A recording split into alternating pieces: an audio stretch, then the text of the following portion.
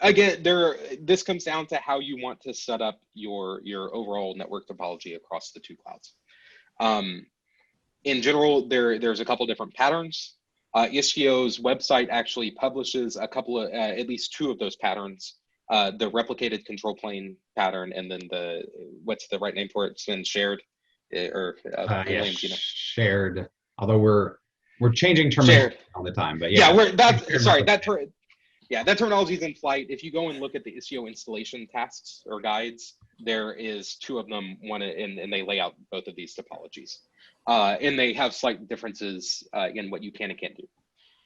Generally speaking, assuming that you have disparate L3 networks, that you don't have a single L3 network that bridges both of your clouds, which is the common case, then the way that we recommend that you set up the replicated control plane topology, which would basically force traffic between your clusters through ingresses.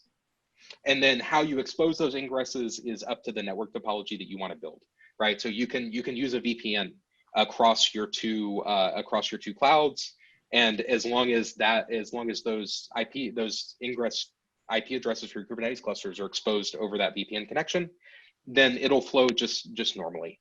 In general, the theme is Istio will work atop the L3 network that you give it, and it comes down to how you configure it. In general, the easiest way to do that configuration is to publish the ingresses of a remote cluster, plus the set of services that are behind that ingress. And we have special configuration in the mesh config that does that. Yeah.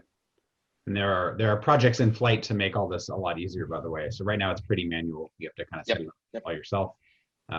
There are projects coming in 1.8, Istio 1.8 timeframe to make a lot of this simpler and easier. Yep, because there's a fixed set of, once you decide how you're going to publish it around, there's a fixed set of data that needs to get propagated across the different clusters. And so, hey, we can start to automate the propagation of that data.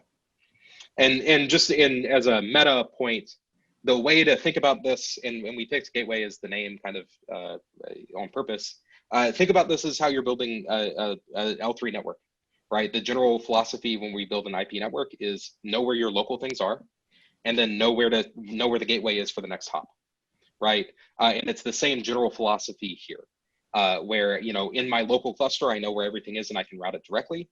And when I need to go remote, I know where the entry point into the remote is, and then I'll let it handle it from there.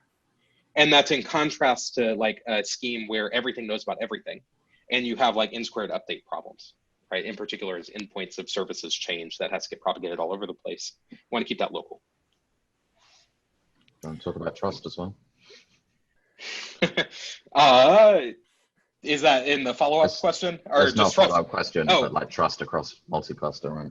Yeah. So that's the other big thing that we run into a lot, right? So in demo Istio deployments, right, Istio is creating its own root of trust. So each cluster is an island.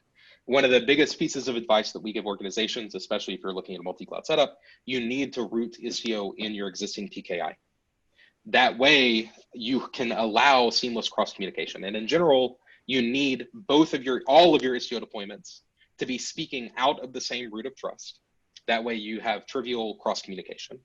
Or you can issue separate roots of trust for each Istio, but you need to populate those CA bundles everywhere. And so that becomes quite a bit of work. And so in general, what we recommend people do is create an intermediate signing certificate out of your existing PKI for each individual cluster, for each individual Istio deployment. And that sits, for most people, at the right trade-off between manageability. There's not so many certs that they can't manage those signing certs. But it also gives you good enough revocation, right? If I need to go revoke, I can take out an entire cluster without taking out the entire mesh. And so that, in our experience, has been a good trade-off for production use cases.